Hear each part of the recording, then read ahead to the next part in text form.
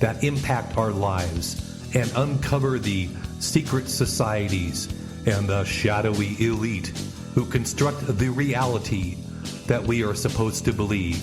So be there Saturdays, 3 p.m. Eastern Time on Studio A here on Revolution Radio, and learn what's really going down. See you there. Lost a little honey on the lone highway. Left me for another on the lone highway. They killed Dirty John McGee on the lone highway.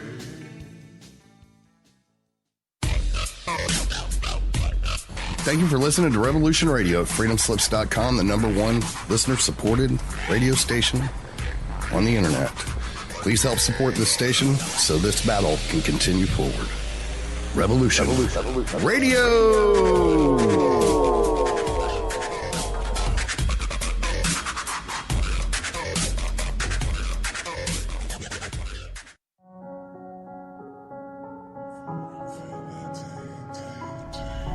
Do you feel as if you don't belong? Do you know you were meant for something more? Well, you were. Knowledge of who you are and where you really are from is within your reach.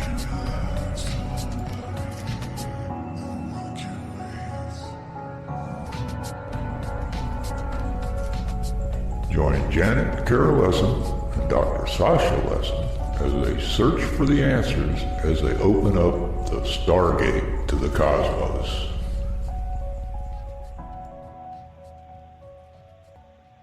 You are live. Hello, everybody, and welcome to Stargate to the Cosmos. And I'm your host, Janet Kara Lessin, with my co-host, Dr. Sasha Alex Lessin. Our producer is Thomas Becker, also known as a Bad Painter. Background noise, if you could mute if you're not speaking, that'd be great. Thank you. And you're listening to Revolution Radio, Studio B. And our guests today, we have a very special show. We have actually 3 guests that are going to be showing up in the course of this show. We have Jennifer Stein, and she has a new release of her, let me get down with it, the true story of Travis Walton. And she holds a Bachelor of Science degree from the University of Arizona in textiles, and she's a self-taught filmmaker. And she started making movies in the 1990s while running nonprofit organizations, and she raised her 2 children, and she runs a special events business. So she's been a award-winning film producer, and she wrote and produced Travis, A True Story of Travis Walton, which has won 28 mainstream film festival awards to date. And so she's revised a little bit, and it is the 45th anniversary of this UFO encounter, and this is out now in a new DVD. So she's coming on first, and then we're going to bring on Peter Robbins. And Peter and Jennifer are working on a new film called James Forrestal, His Extraordinary Life and Suspicious Death. So they're actually both here. I don't want to take a lot of time telling their background. I'd like them to speak for themselves. Before we bring on Jennifer, I'd like to check Sasha's mic here. Go ahead and speak and add anything you want to. Well, I'm totally fascinated with false flags and the cover-up that Forrestal may have been assassinated for, and I can't wait to learn more about it. Okay, so I guess we'll start with Jennifer Stein. Welcome back. We've had you on many times before. Glad that you're here. Tell us what's going on with the trap. Yes.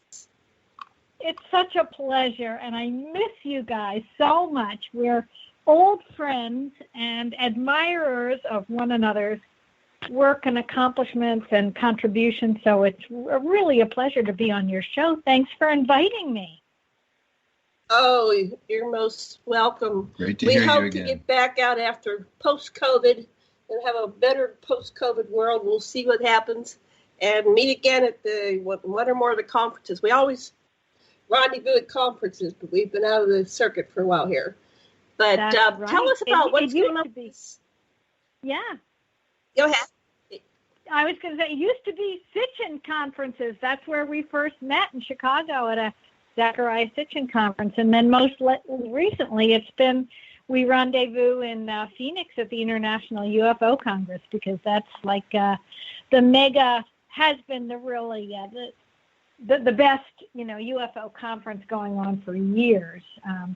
But next to yours, which you ran in Albuquerque, that was fabulous, and I was thrilled to be a speaker there too. Yeah, hopefully we'll do another one of those down the line here. I get a lot of positive feedback, so it was a lot of work though, but the rewards were great. It's huge amount of work, yeah, and no one really appreciates it until they've done it themselves.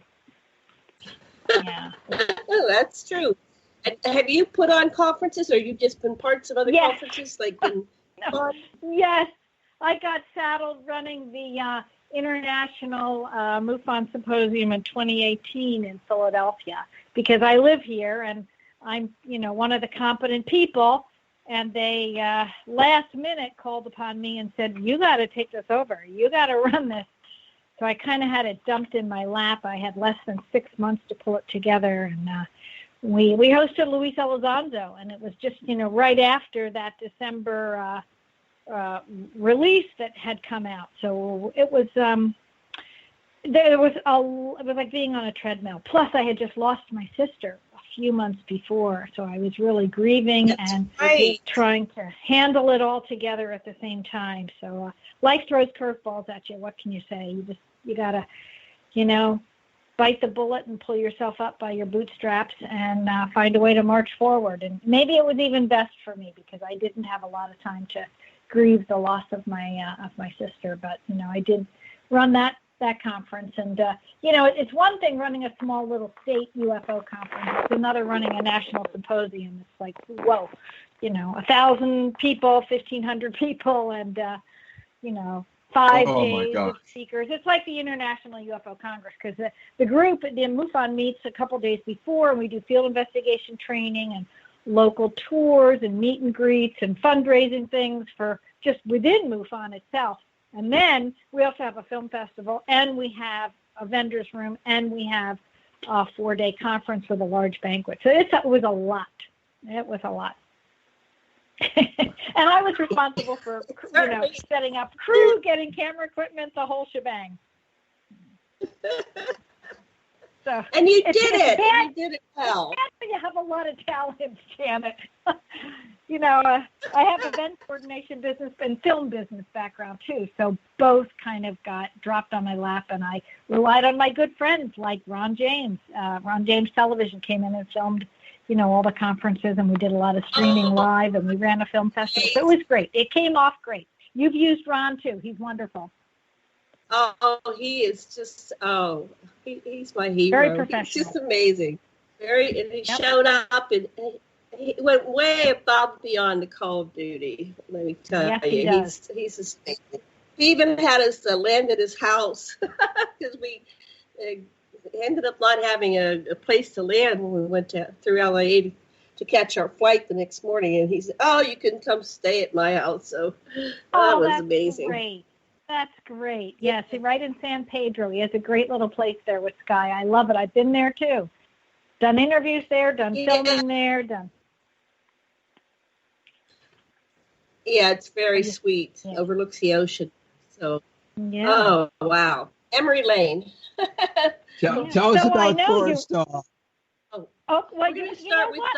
I'm going to, before we jump into Forrestal, I'm going to tell you what's going on with the Travis Project, because we're going to bring Peter on shortly. He's standing by and waiting to come on.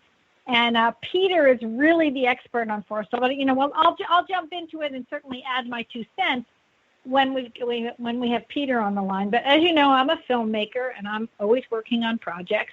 And in 2015, I think you were there when the film Travis, the true story of Travis Walton, this documentary that I produced, won the both awards. I think you were there, right? Yes, we were. It was amazing. It won both of them. Like, wow. Yeah, it was a very special night. I was really thrilled and glad that it did win. There was a lot of stiff competition that year. A lot of great filmmakers had a lot of things up. Jeremy Corbell and Jay Marzoli and things like that. But it was very well received. And, of course, it's a 90-minute, for those who don't know about what the film is, it's a 90-minute true story documentary about the Travis Walton case. But Travis Walton was one of 7 loggers who they encountered a UFO at the end of the day, leaving a national forest called the Sitgraves National Forest. And as a result of this incident, Travis went missing for 5 days. And as a result of him being missing, the other loggers were accused of probably murdering him and hiding his body. So when this broke, like Walter Cronkite broke it in the evening news, I think like the 6 o'clock news on ABC in 1975. This was November 5th, 1975. It broke in a 3-part, expose. First, it was, absolutely a sensational story because it involved a UFO, right? So it was a UFO story. It was a missing person story, a potential homicide, and a potential murder. So, you put all that together, and it was a firestorm of controversy from the get-go. Listening live when that happened, I was in my first marriage. I remember I was in the living room. I had turned on the TV, and I was jumping up and down because I had been a UFO contact, ET contactee all my life, and it's like, yes, somebody else. Finally, I was so yes. So as a result, I produced this film for the 40th anniversary, which was 5 years ago. And it did really well, much to my surprise, Janet. If you do a UFO film and you enter it in mainstream film festivals, they laugh at you and they return the film and they say, no, thank you.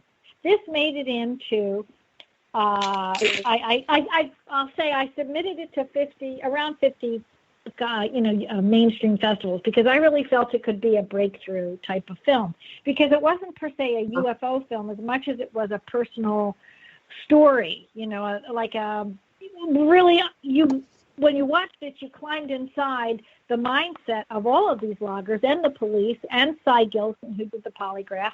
I went back and interviewed the key people and just explained this from a personal human story, not so much trying to prove anything about UFOs, but just this really happened. And this is the story, and this is the true story, not the Paramount story, because a lot of people know that Paramount Pictures did a film, and they falsified a lot of the facts. And for the future generations who aren't reading, who get their information in sound bites, they should know the true story. And if they want to watch the film, they can. I really made it because I thought the time had come to tell the true story and to tell it in a documentary, and nobody else had bothered to do it. And this story is as good as the Roswell story or the Betty and Barney Hill story.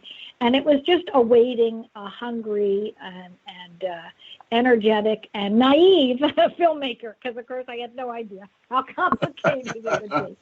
So anyway, I bit the bullet and, really put the pedal to the metal and did everything I could to make a decent film. And it did win, of course, at International UFO Congress. But then it won 28 mainstream film festivals, which I'm very proud of. And that's because I think it was a personal story rather than a UFO story. So now comes 5 years later, what we've been doing every year on the anniversary of this event, which is November 5th, we've been hosting a screening somewhere in the country or somewhere in the world. And sometimes, in many cases, there's been multiple screenings on the same date. Certainly at the 40th anniversary, we were hosting an event in Heber, Arizona, right near where this event took place, and we had a conference, and then about 100 people showed up, and we screened the film there. And then a year later, we did it out at Ron James's studio in California. We did a screening there. A year after that, we did a screening here in Philadelphia. A year after that, it was in London. And so this year, it's going to be the 45th anniversary, and we have a couple of screenings coming up. One will be in Pine Top. Now, this is, of course, this was all planned before COVID-19. So there's a big question mark as to whether or not we'll even be allowed to gather or if we'll be allowed to screen the film, say, outside with socially distanced parameters. Who knows? But there's a screening set to show in Pine Top at a conference called, I think it's called Disclosure Con. And that will be October 3rd, 4th, and 5th. So it won't be exactly on November 5th, but it'll be a month before. And then on November 14th, there's another screening set for the Mufon group in Phoenix. They're going to do it on Saturday, the 14th of November, supposedly, at a museum where they normally meet. We set that up too. So we hope we'll have these two screenings.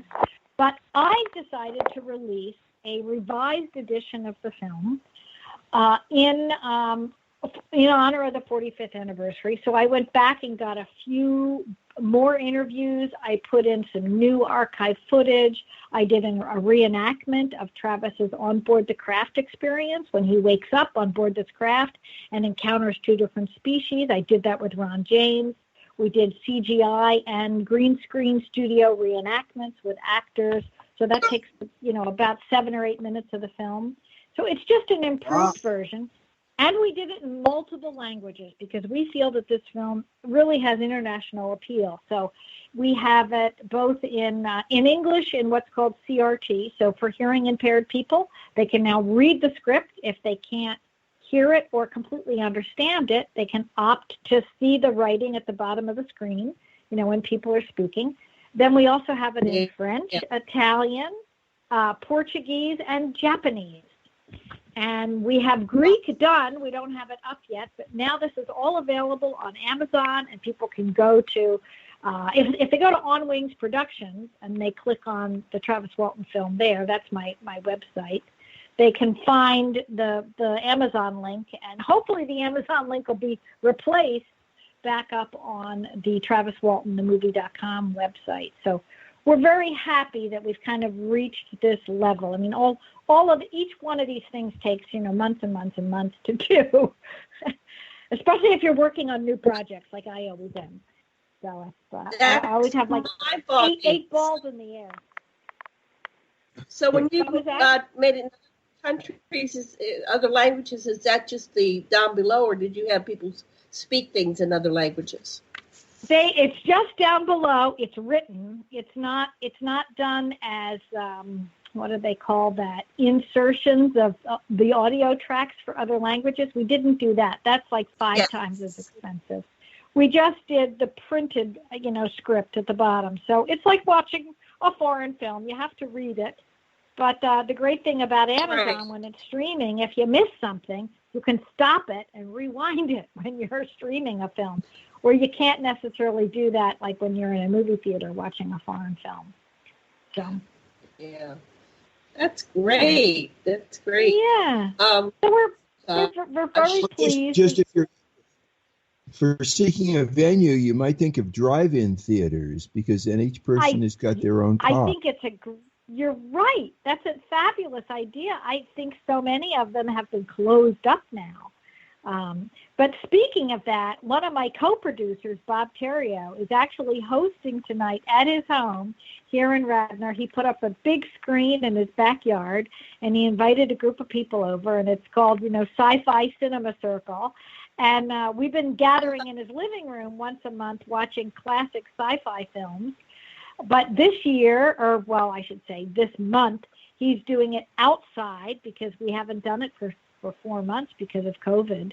So he's decided the weather's warm enough. He put a big screen up in his backyard, and you bring your own snack, bring your own beer or whatever, bring your own lounge chair, socially distanced, bring a blanket, watch a film, and visit. So it's he's invented what they call the backyard, park your lounge chair, watch a movie.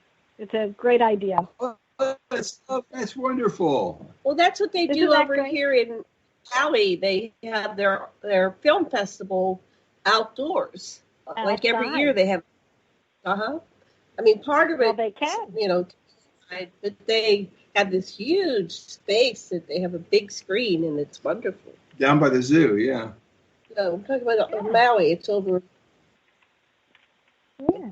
Now, if you want, we can give a ring to Peter before we start to talk about the next project, because that one's done too, the Forrestal project, and people can go to On Wings Productions, and that's basically my maiden name, which is in Norwegian, Winge, and I put an O-N on the front, and an S on the back, and that became my production company.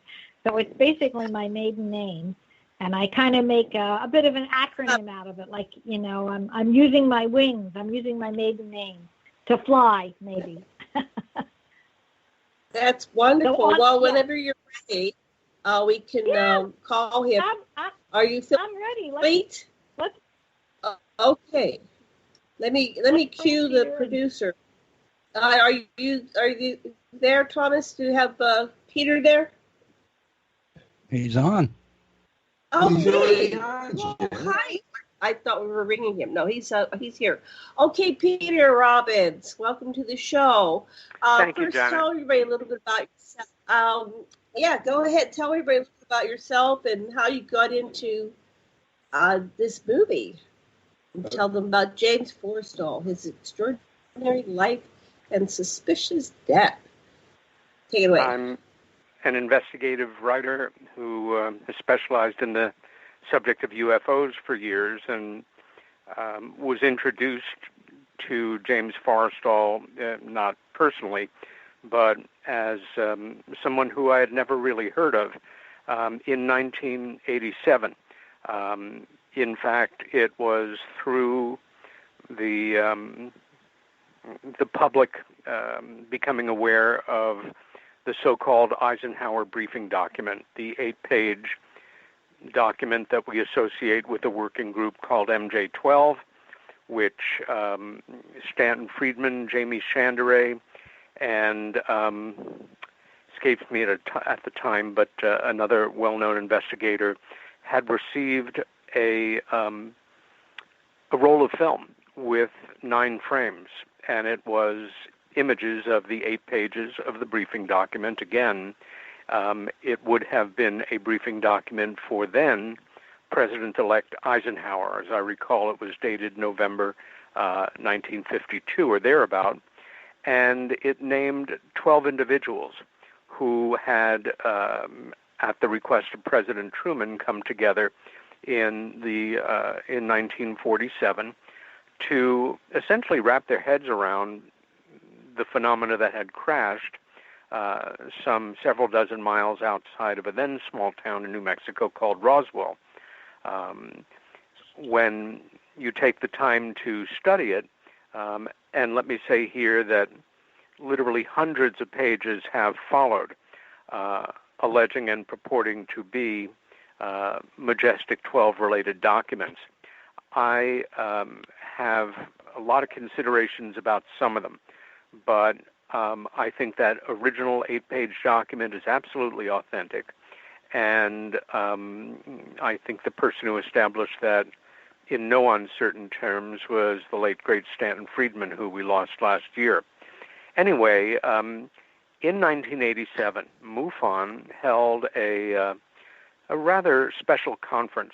It marked the 40th anniversary of Roswell, Kenneth Arnold, and so to say the modern age of UFOs. It was held in Washington, D.C. at American University, and I attended with a friend. Many talks were given, many compelling presentations, fascinating group of people. The talk that really changed my life in a way was the one given by Stan Friedman. I had been involved in the work for about a dozen years at that time, had some articles published, was very proud to be working as assistant to Bud Hopkins, which I continued on and off through our 35-year friendship, but was at that time looking to get my teeth into a more serious project. And Stan gave a brilliant presentation called The Secret Life of Donald K. Menzel, one of the names, in fact, as I recall, on MJ-12. Menzel, in fact, was the head of astronomy studies at Harvard and a very distinguished academic, very respected, obviously, in the field of international astronomy, but he had a secret life. And he was a hardcore member, undisclosed, of the American intelligence community. And Stan established this by being the first person to have permission from Menzel's widow to go through all of his personal papers, go through all of his papers at Harvard, and review his documentation at the National Archives. Anyway, I remember sitting there and thinking, this is brilliant. This is the kind of thing I want to do. And that was the weekend again. I felt kind of like an insider because I had gotten a copy through a colleague a few months earlier. But that was the weekend that it all became public, and people in the field and historians have been arguing with each other about it ever since. To cut to the chase, I got it down to a few individuals and thought I'm going to narrow it. The top two were Dr. Vannevar Bush, one of the most fascinating people in 20th century history in America that nobody's heard of, except those of us that study such things in the field, and James Forrestal. And about a week later, I had dinner with my parents and told them how enthused I was to get on the case with this. And after dinner, I was speaking with my mom, and I said, do you have any thoughts about it? And she didn't even hesitate. She said, yes, do Forrestal. I thought, whoa. Why? She said, well, number one, you can't imagine how important he was to us during the war. His name was in the paper every single day. He was arguably the second most powerful man in the world for the time that he was Secretary of Defense. He was also witty, scholarly. He had studied the classics at Princeton. He was the kind of guy that when he walked into a room, he became the center of attention. He was low-key, self-effacing, and a professional level tennis player, passionate amateur boxer, and a very competent golfer. And then she said he was also an amazing dresser, and I thought he was very handsome. And I had a crush on him in high school, and I thought, that's it. My mother had a crush on this guy. I'm going to research the life of James Forrestal. And I dug in. Again, this is 87, and it's certainly pre-digital time. I started to spend quite a bit of time at the main branch of the New York Public Library on 47th and 5th, and at the New York Times newspaper morgue.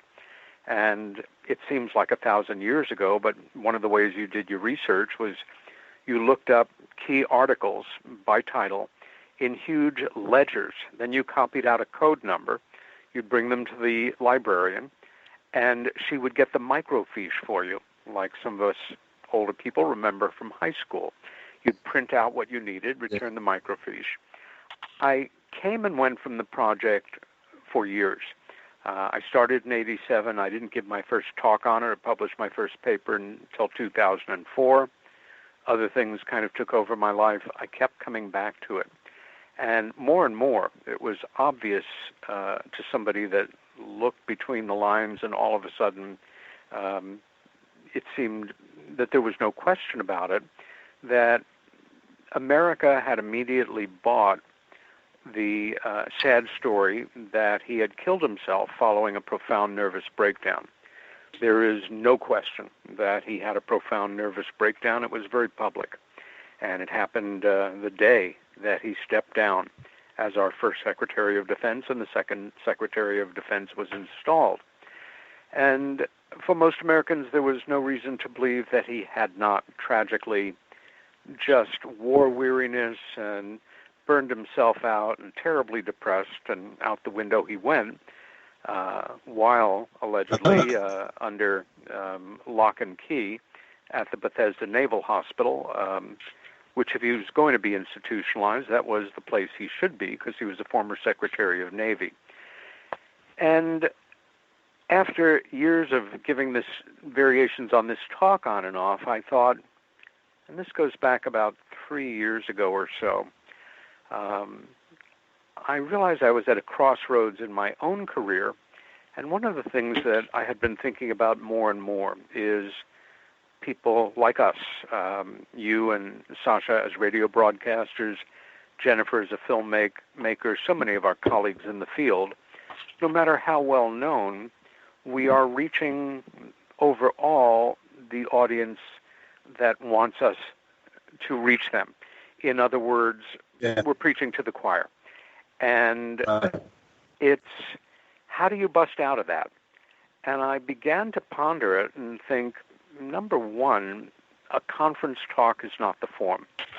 And number two, I need to find a story, a very human story, revolving around a real individual, but a story that reads like fiction. And in fact, as I mentioned in the documentary, the life of James Forrestal, from a small-town guy in upstate New York from an Irish-American family, reads like F. Scott Fitzgerald's J. Gadsby.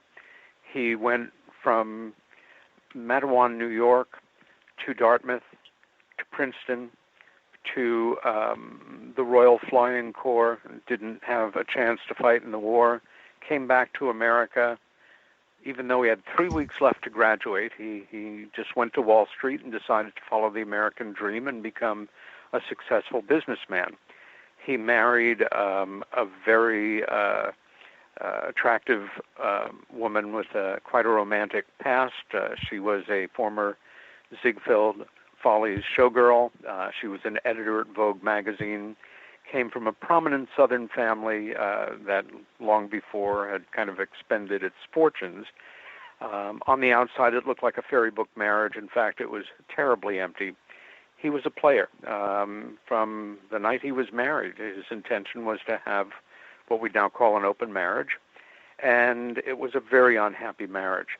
But they looked great together, and as the 20s roared on, he was essentially a member of the Algonquin Round Table, a legendary literary informal group that would meet at the Algonquin Hotel, which included Dorothy Parker, the humorist Robert Benchley, Gary Cooper, Greta Garbo, John O'Hara, the novelist. He had made it. And then came the Depression. And he was a very savvy businessman and one of the few presidents of any Wall Street brokerage that managed not only not to go out of business, but to keep their head above water.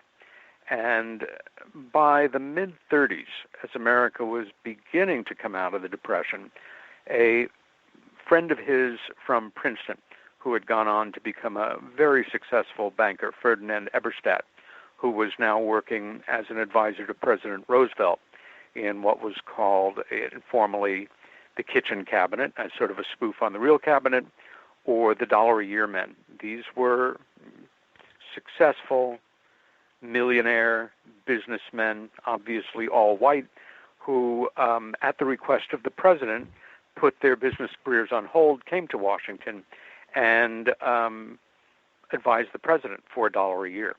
Ultimately, they all went back to their jobs, but Forrestal took the call to public service very seriously and never really left Washington. He went on to become Undersecretary of the Navy before World War II. When the Secretary of Navy died of a heart attack in 1944, he became the Secretary of Navy. He did a brilliant job. He was the kind of person who, not only was he a real patriot, a word that is used far too often these days for people who don't deserve it, he was the ultimate team player, and he absolutely thrived in high-stress atmospheres. Anyway, he literally put himself in harm's way repeatedly, probably driving his underlings crazy. He was at the Battle of Leyte Gulf in Iwo Jima, Tokyo Bay, and then in Germany within a month or so of the Germans unconditionally surrendering.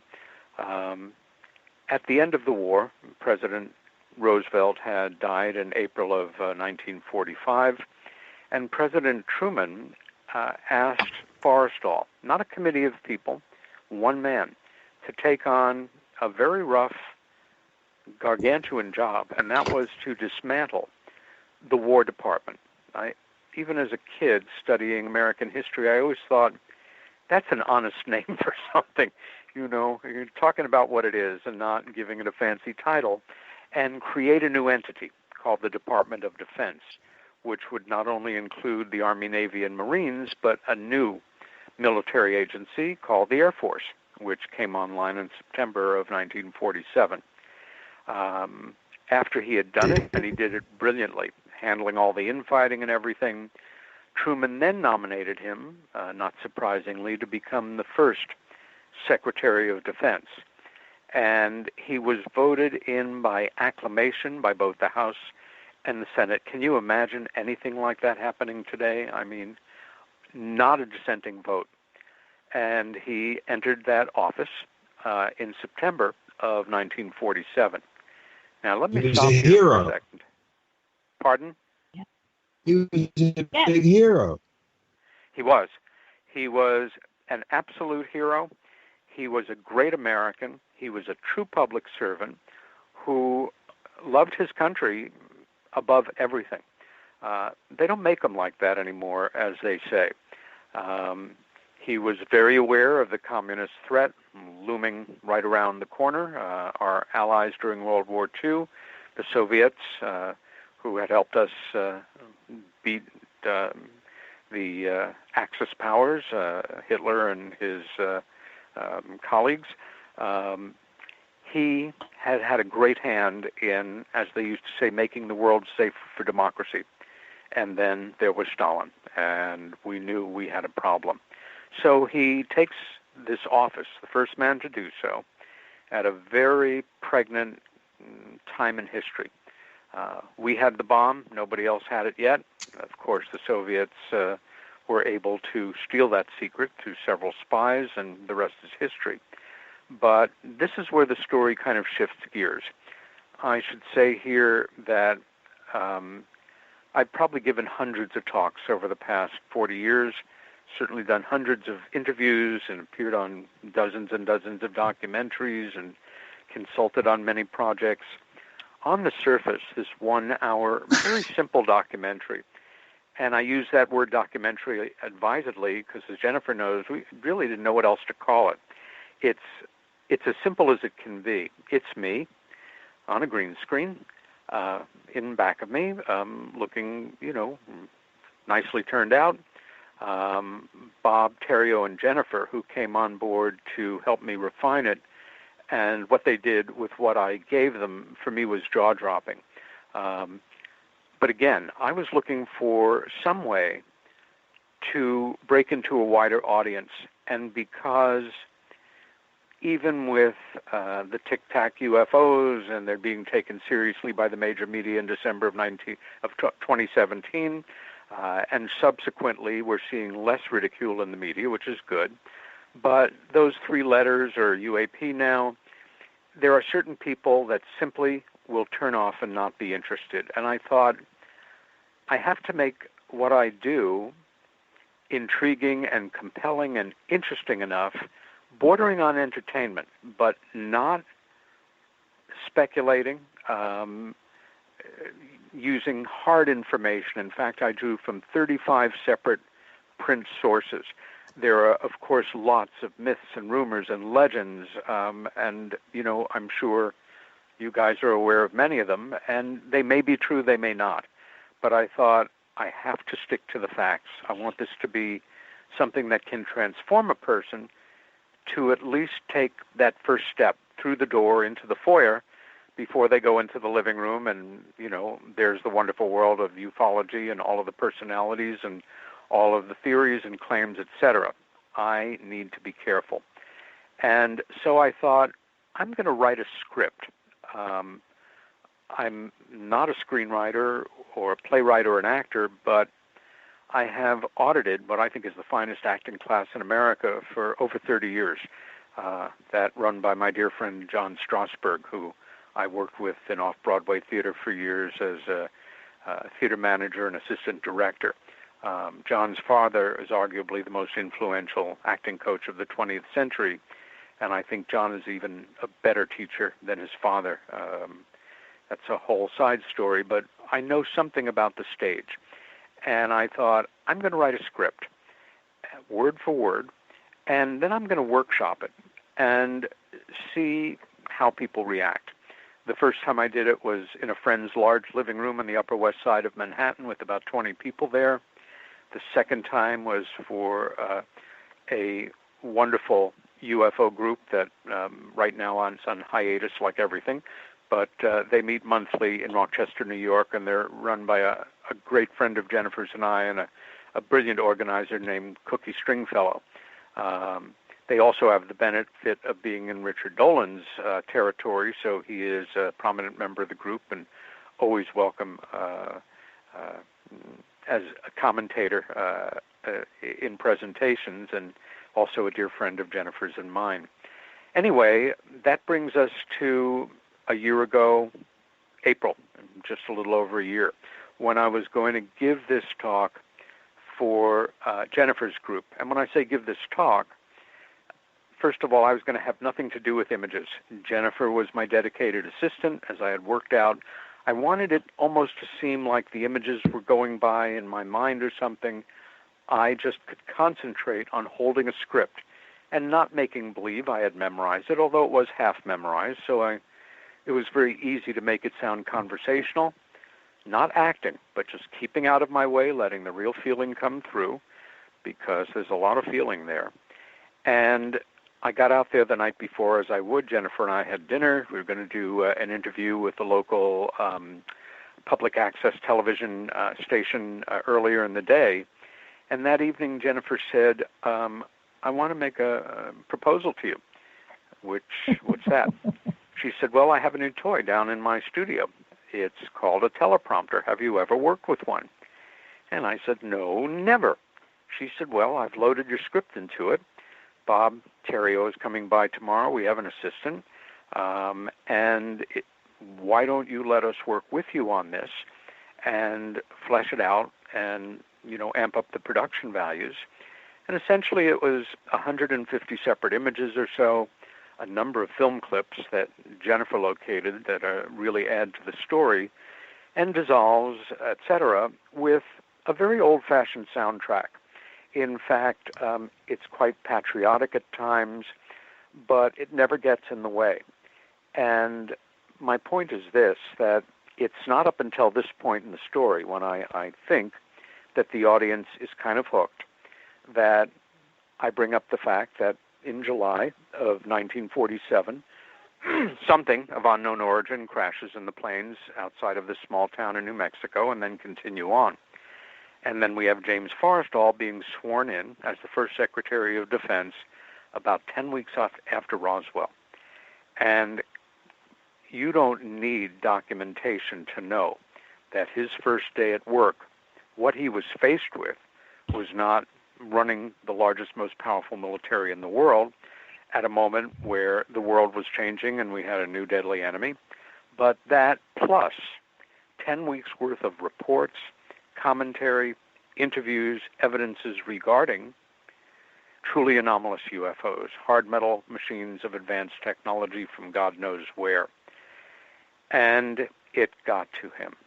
The two things I learned about Forrestal in reading one out-of-print memoir after another. I haunt used bookstores, and I wanted to get books by everybody that knew him, none of which were still in print. I'm a good reader, I like research, and I put together a picture of this extraordinary man, terribly charismatic, but inside, he seemed to lack the ability to make deep contact with any other individual. I mean, deep contact. Certainly not his wife, not even his closest friends. Also, he had a habit, which probably was a factor in his profound breakdown, of personalizing all of his professional successes and failures.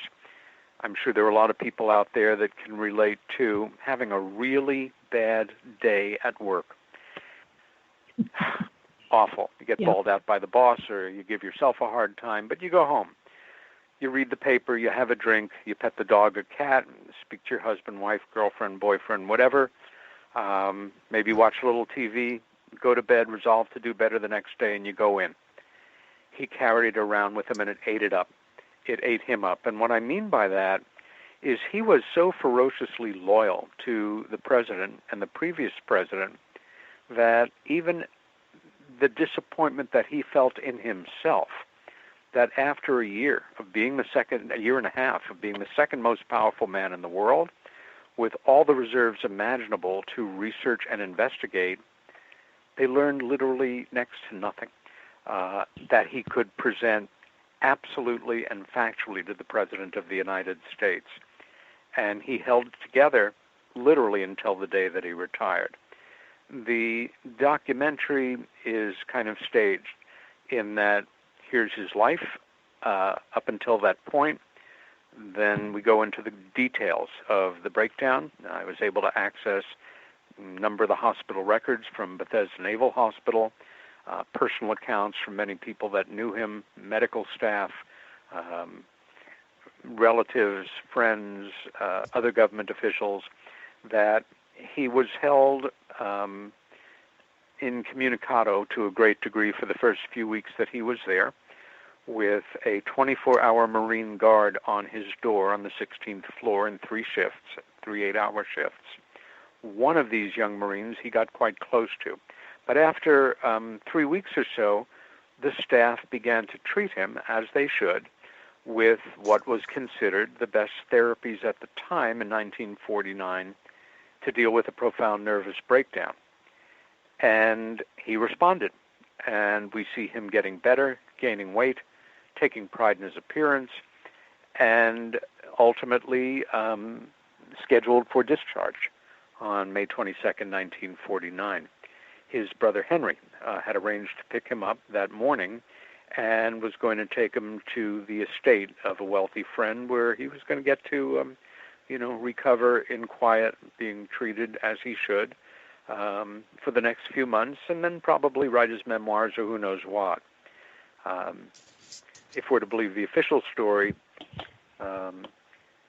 his normal attendant on that night shift, who had grown as close to him as a son, simply didn't show up that night. And the rumor was that he was drunk. Would have never happened. You learn too much about certain things to deduce otherwise. And a hospital attendant was assigned to him, and I'm not casting blame on him.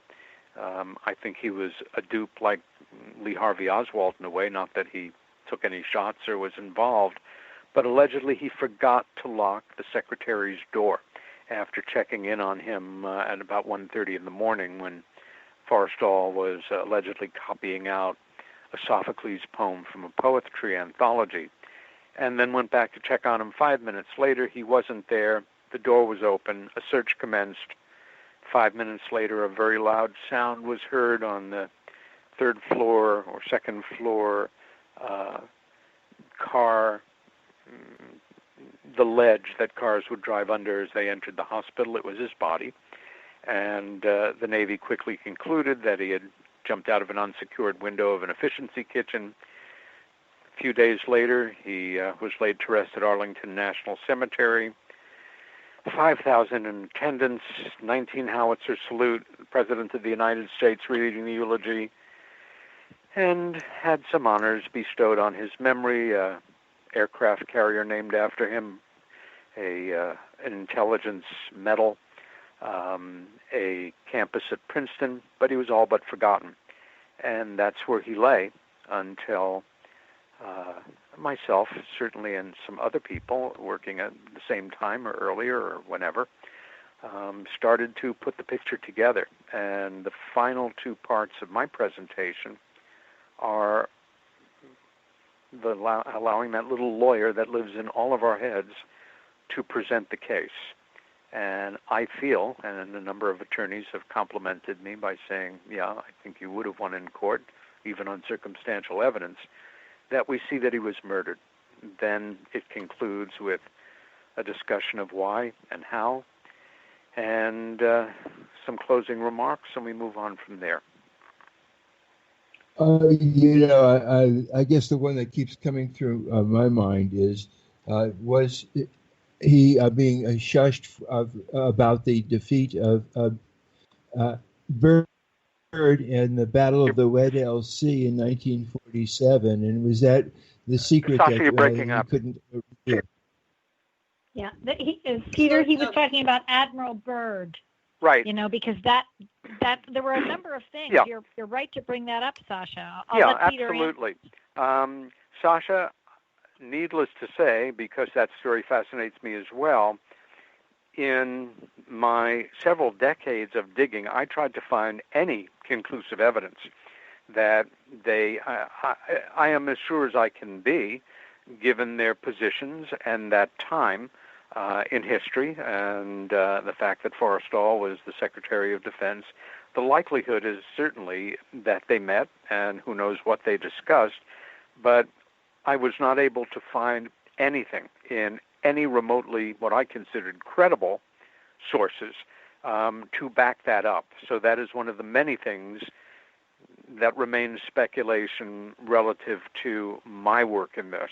Hopefully somebody can do better than I in that area. Yeah, it should be very specific. Things like the names of the Marines that were killed in that battle, if it's so, and also whether Operation Paperclip was really part of the secret deal, letting the Nazi murderers and people in charge of slave labor come to America and have good lives here. Absolutely. That's killing many people. Absolute part of history that began immediately after World War II ended. We were doing it. The Soviets were doing it. Let's face it.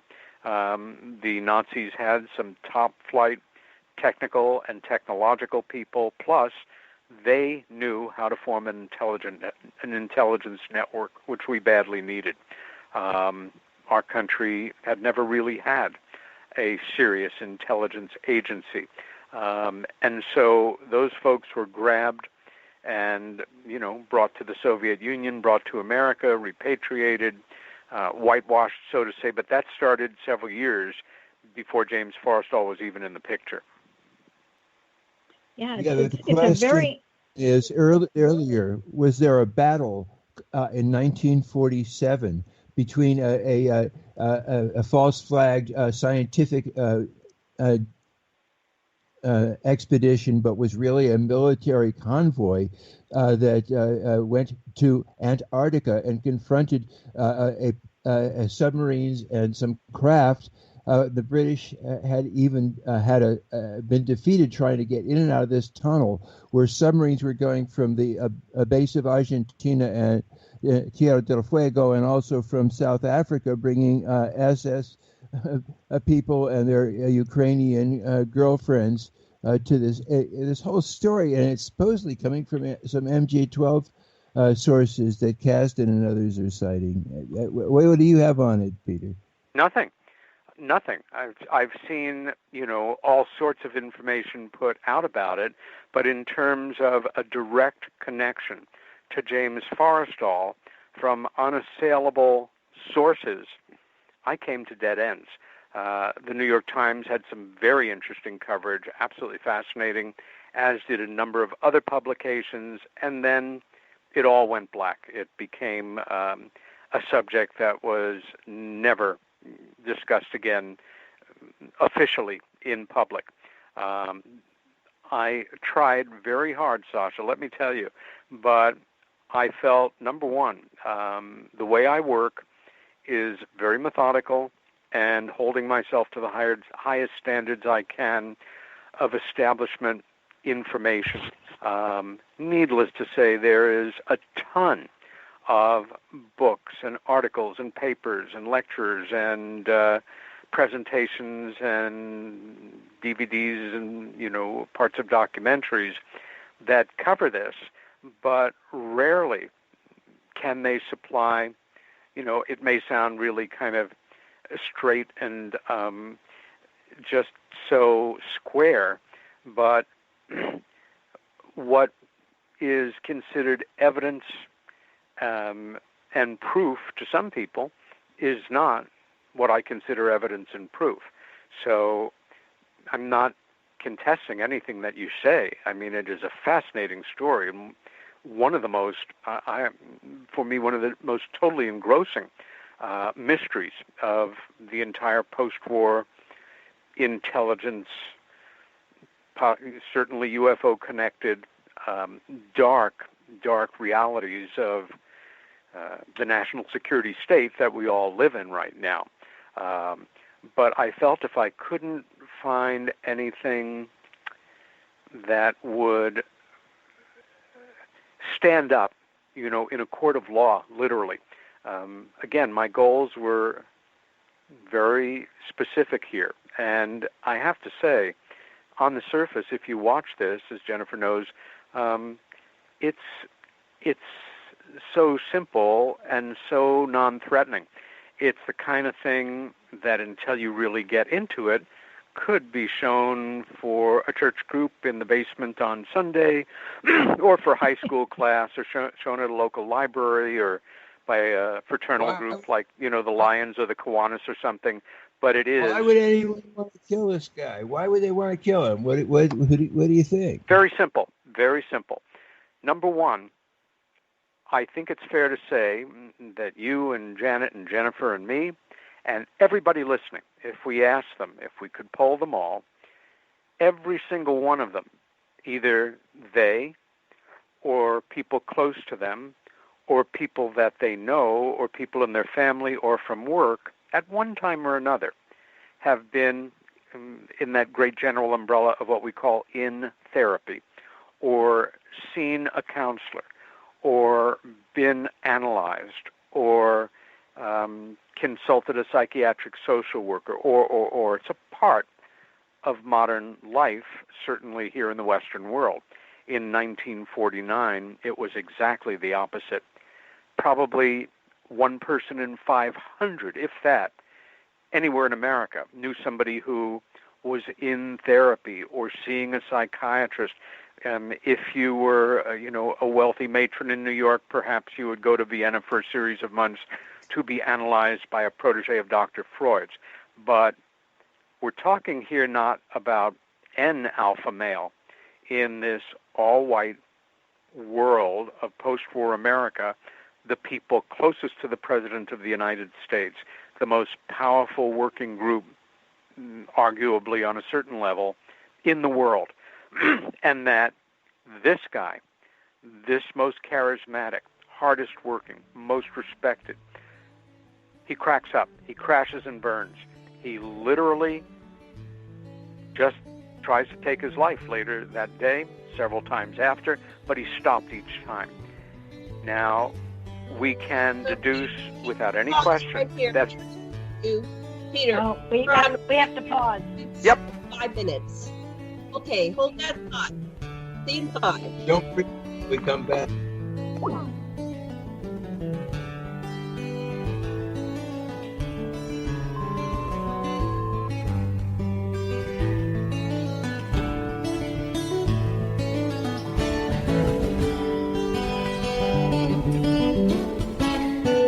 Listen to Revolution Radio at freedomslips.com, and we'll be right back after this message.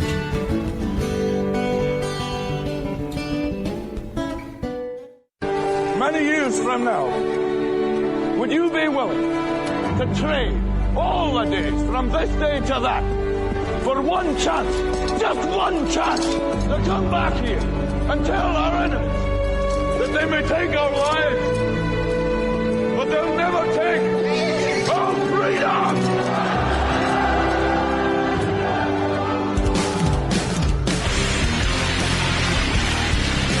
The future is uncertain. I know this. Death is inevitable. I know this. But one thing is certain. As free men, it is our right to live unencumbered and in peace. And those times are quickly drawing to an end. And in these times, peace is certainly an illusion. And as the chains grow tighter, our ability to slip those chains increase incrementally with every passing moment. Inaction is no longer an option. It's time to raise our voices like a cacophony of thunder and lightning and tell the masters no more. And this is Nighthawk, and I say, for myself, no more. Revolution Radio, freedomslips.com, because the freedom is slipping away.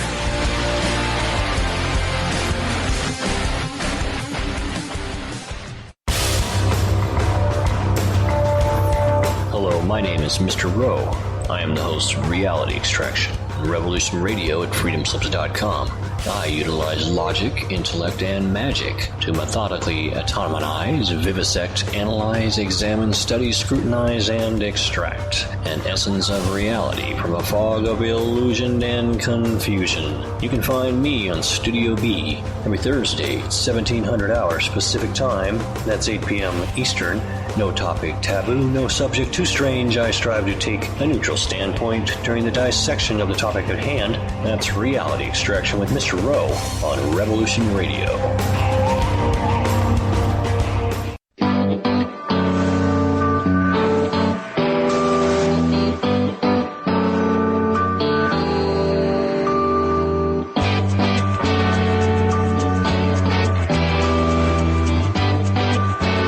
Narco-syndicalist commune.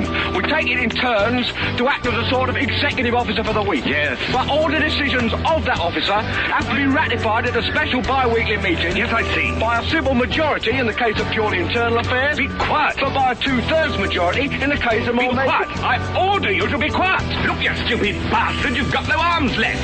Yes, I have. Look! It's just a flesh wound. I don't believe I've seen such a display of courage, skill, nerve, grace, and stupidity. I'll do you for that. Oh, what? Come here. What are you going to do, bleed on me? I'm invincible. You're a loony. The Black Knight always triumphs. Roundtable Live, Monday through Friday, 1 a.m. till 4 a.m. Eastern Time. Bring your mind, bring your ideas, bring your voice. King Arthur had nothing on us. Here at Revolution Radio, freedomslips.com.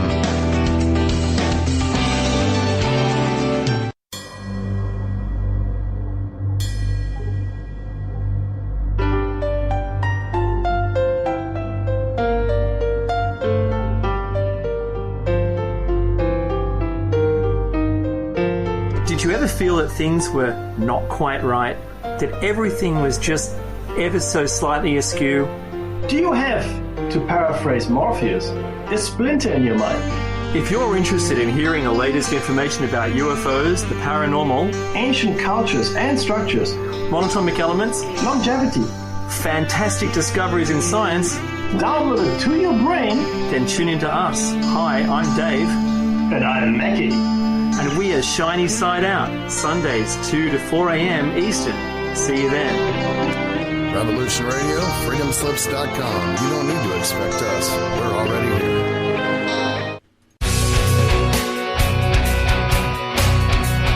All right. Thanks for listening while we took that short break here at Revolution Radio, freedomslips.com. And now we're going to get back to your host.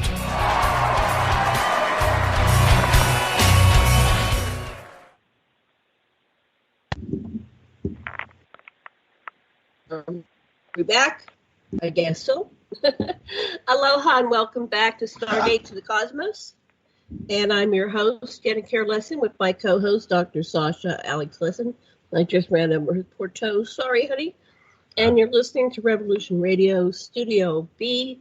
Our producer is Thomas Becker, also known as the Mad Painter. And we're on with Jennifer Stein.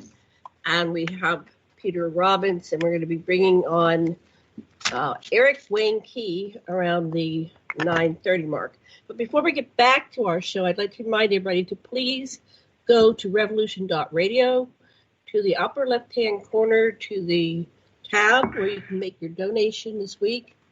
And if you want to do an ongoing donation, go to our Patreon button and please make your donations. That's what keeps us on the air. And we really do thank you very much for your donations.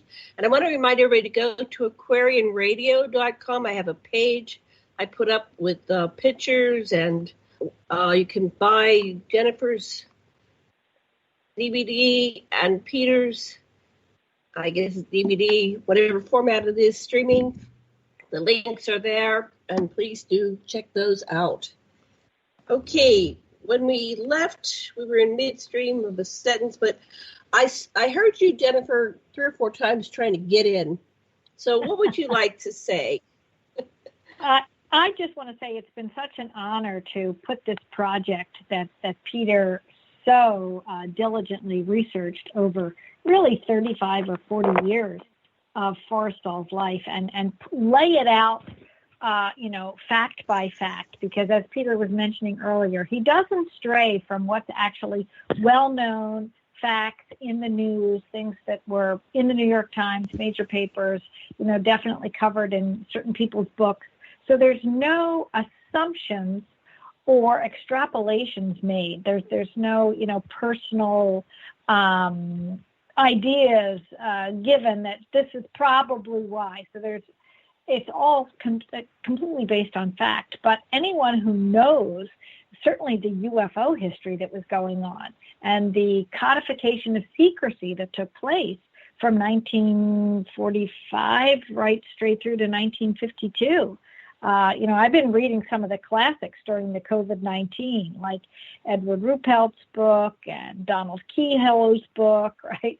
If you read what was happening during that period of time, it's clear. Even if you read some of the work of Hynek, you know that there was huge amount of UFO activity during this period of time and a huge amount of establishment of secrecy. And you just have to clearly then look at the Forrestal story, and I'm extrapolating here, but there's a lot of data there that you can pick up and kind of fill in the blanks. We don't really say he was murdered because of what he knew, but you can imagine what he knew. And it's really quite profound and sobering when you get an understanding of who James Forrestal was. And I'm just so proud to be part of this project. It was really an honor and a pleasure working with Peter, and he did an excellent job with his data and his research. And it was easy for Bob and I to just literally slap it together. It was nothing like a 6 or 7 year project like the Travis Walton film was. It was certainly not 4 or 5 years of editing. We literally did it in about 2 to 3 months worth of time, taking what Peter did and then just elaborating it on film for the listener and the viewer, and it plays very, very well. So that's just what I was going to add. Wonderful. Do you have something before we get back to Peter? Well, just Peter, this really works, and I do this with Richard Dolan and others. I know you're careful and you research everything meticulously. And then what's really great with somebody that's so immersed in that material is to say, okay, but just speculate. And I find out with somebody as much information as you have, your speculation is probably the best any of us can do. So I want to hear that also. When you just are speculating without documents, where it takes you also. Yeah. Again, Sasha, for me, I wanted a story that, well, let me just say, although again, on the surface, this looks very mannered and safe and low-key, it is the most calculating, methodical, subversive,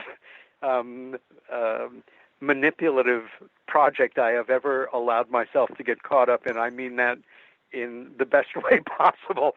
I wanted to leave people gasping, even though they entered just, here's a story about some dead American I've never heard about, and leave them wondering, maybe for the first time in their lives, good Lord, maybe there really is something to this UFO phenomena, because, of course, once it enters the story, then I weave in scans of various uncontested documents and reports, and it all comes together at the end. But no matter what else, let me just complete the answer to your very important question.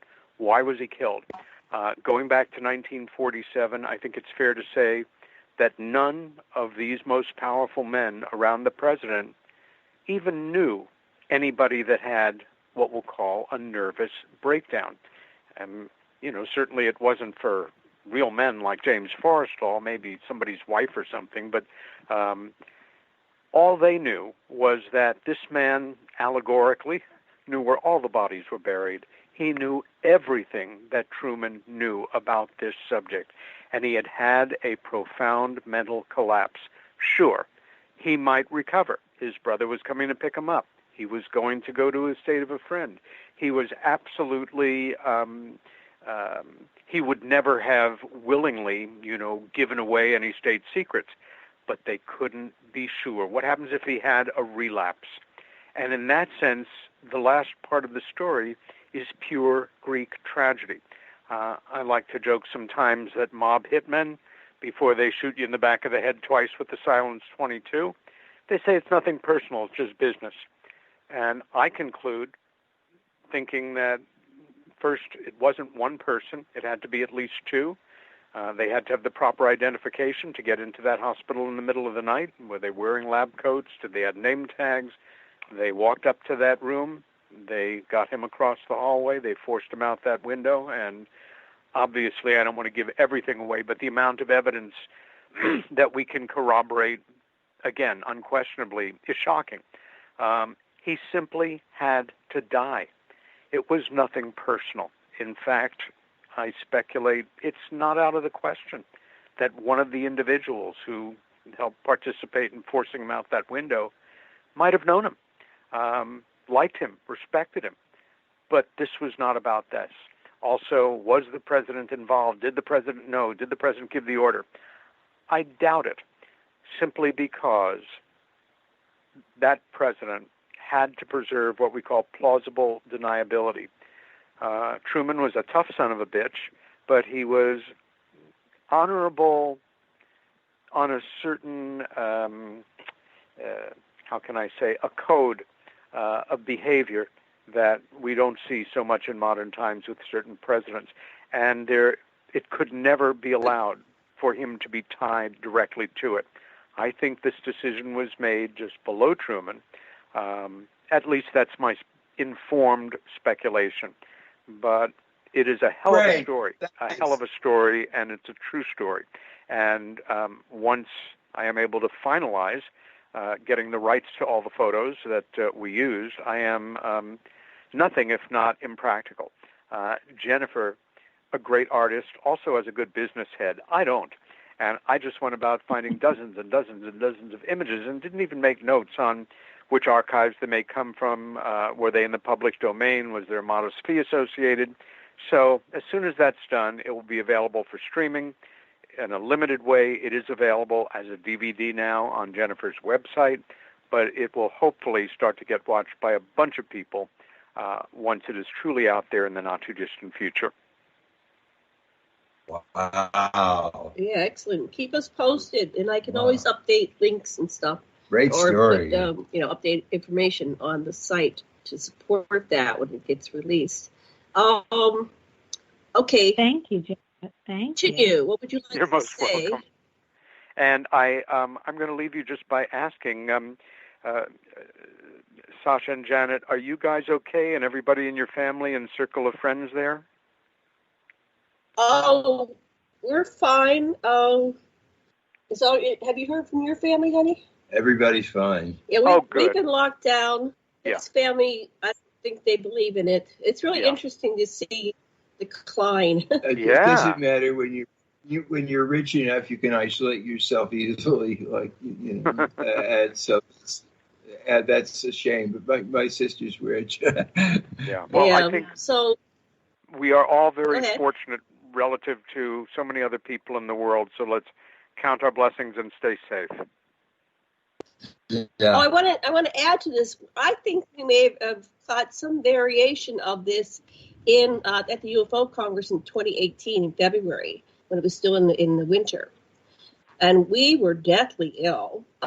We went to see the guy, the tall white guy, Paul, in Vegas. Paul.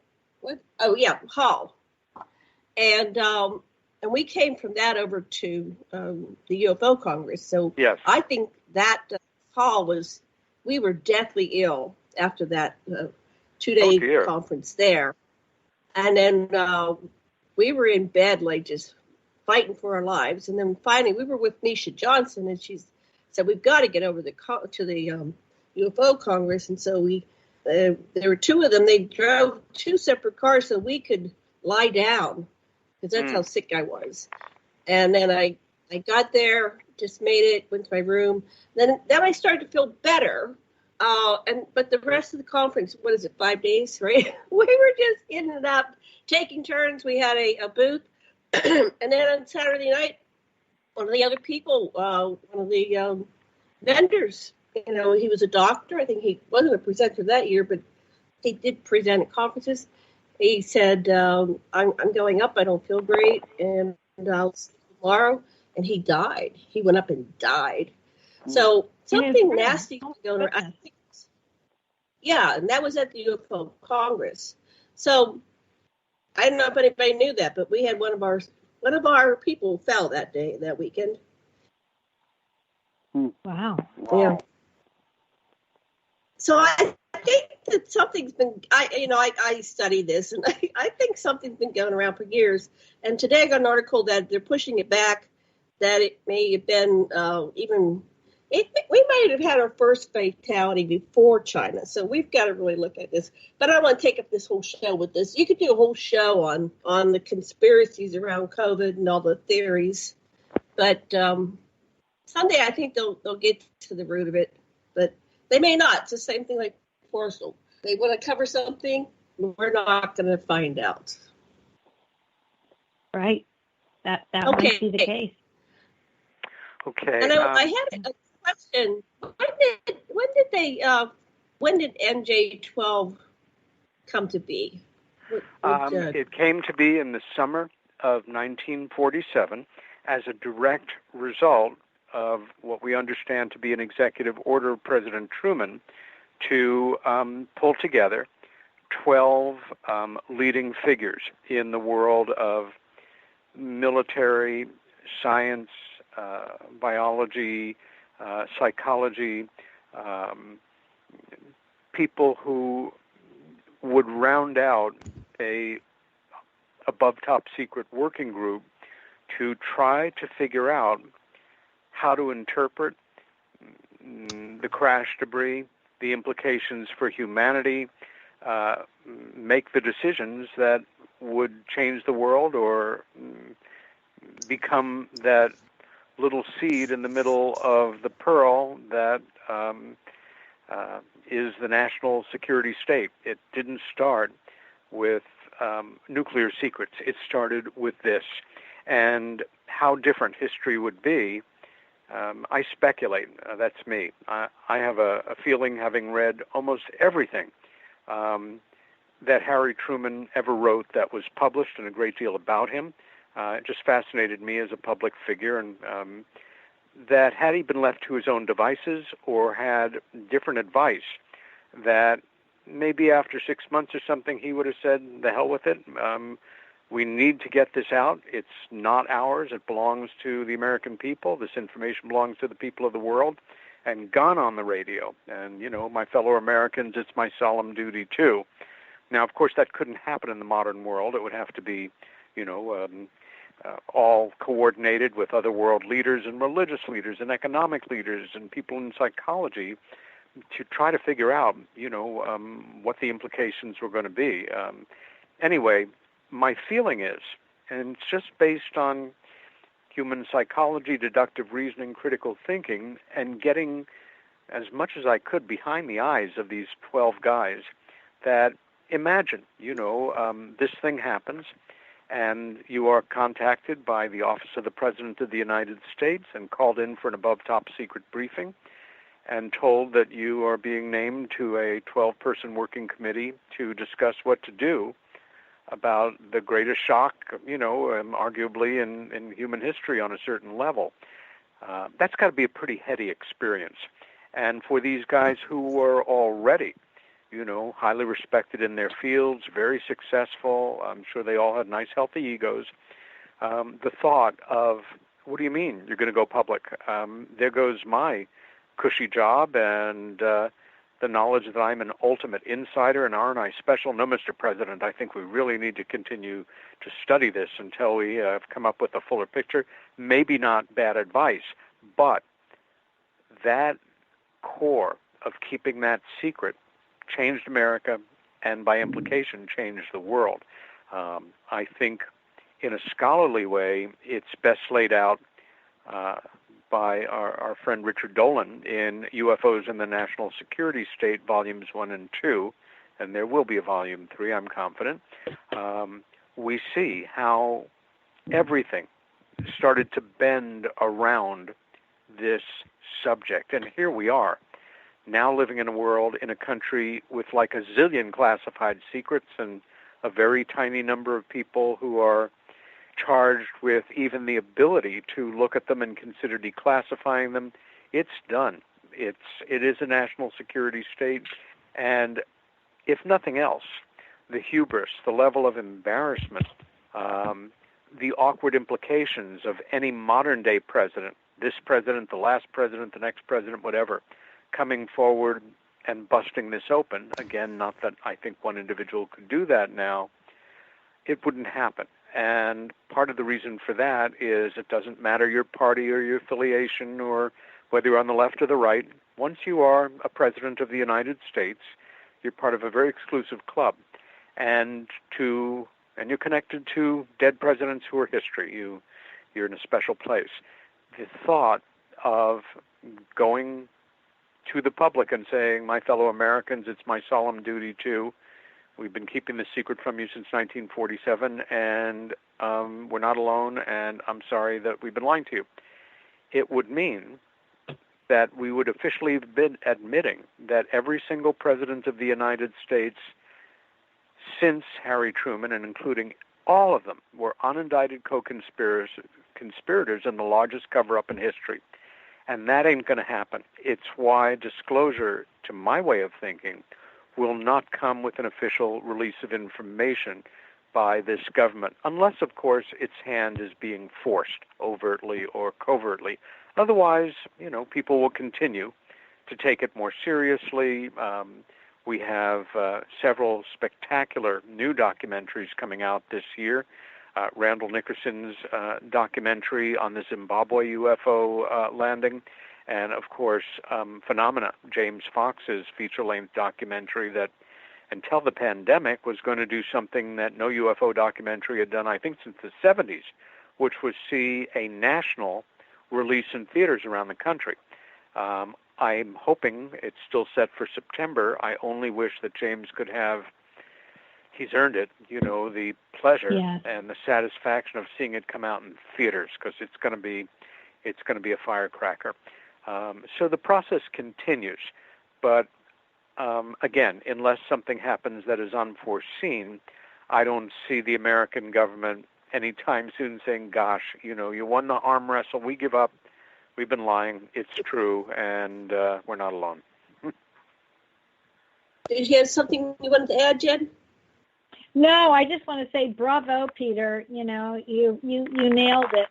I think you put the hammer to the head of the nail, and we're still dealing with undisclosed UFO data, and it's dripping out in dribs and drabs, very slowly. But I agree, we're not going to have official disclosure. Yes. Probably not in our lifetime. The disclosure is going to. It would involve knowing that the government has a policy of assassination of people that get in the president's way, and that's part. And yes, I think that the informed citizenry knows that every president is an accessory to many murders. We know that. I have one final question. I worked at Penn State University, and I was in the office of the recording secretary of MJ-12. What was his name? Do you remember, either of you? Anyway. The recording secretary? Hillenkofer? Was it Hillenkofer? The secretary of MJ-12 had come out to the local Mufon person, and I was friends with him. And so I was sitting in the office with him, not this guy's office, but a separate office, and he showed me a manuscript of everything that this secretary was going to reveal it all. This is in 1989 or 90, and it was just typed out, printed, and I held it in my hand, and he says, but he's retracted now. He was still alive. He was the professor emeritus. He had been the former Penn State president, back in the, 50s or 60s or something. And he says, I'm not sure what to do. So I think he ended up printing it in some way.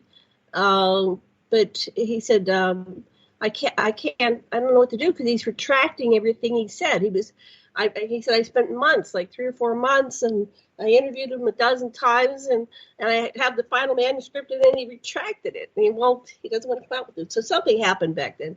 That was around 1990. Wow. Very interesting. Okay. Any final words before you go, Peter? We're going to pull the other Eric on. No, just sending best wishes to all of your listeners, wherever they may be, and hoping that you all stay safe, observe protocols if appropriate in your part of the country or the world, and we will get through this. Oh, thank you so much. Thank you. Your stuff is entertaining, and also it breaks people's cosmic eggs and lets them get the bigger picture. I love it. Thanks so much. You bet. Be well, you guys. Bye-bye. Yeah, Bye, Peter. Bye, Peter. Okay, Matt, can you call Eric for us, or is he on there? I didn't know if he called him yet. Are you there, Matt? Hello? Okay. Well, he might just be waiting. Doing it. He's doing it. That's right. He can't be heard. Hello? He can't be heard. Hi, Eric. This is Janet Lessin and Dr. Sasha Alex Lessin, and we're on Stargate Hi. Cosmos on radio. Welcome to the show. We're live. Thank you so much for having me. I'm very excited to get to talk to you guys. I've read a lot of Dr. Lessin's blogs and at Inky Speaks. So thank you for having me on the show. Oh, we're so happy to have you. Would you like to tell us about yourself and this project that you and Jen are working on? Yes. So I started about probably close to 2 years ago, just doing a lot of research, on Sitchin, like a lot of people do, because we want to find out who the guy is who's making us change our way of thinking. And so I was trying to find a lot of biographical information, and I realized that there's a couple of little, biographical blurbs out there that are very vague, and I didn't really, know where Mr. Sitchin came from. I didn't know really anything about him, so I just started digging, and I'd find little bits and pieces here, and of course it started out, all the conspiracies and all of the crazy things that supposedly he did, and being a lizard and being all of these things, and I found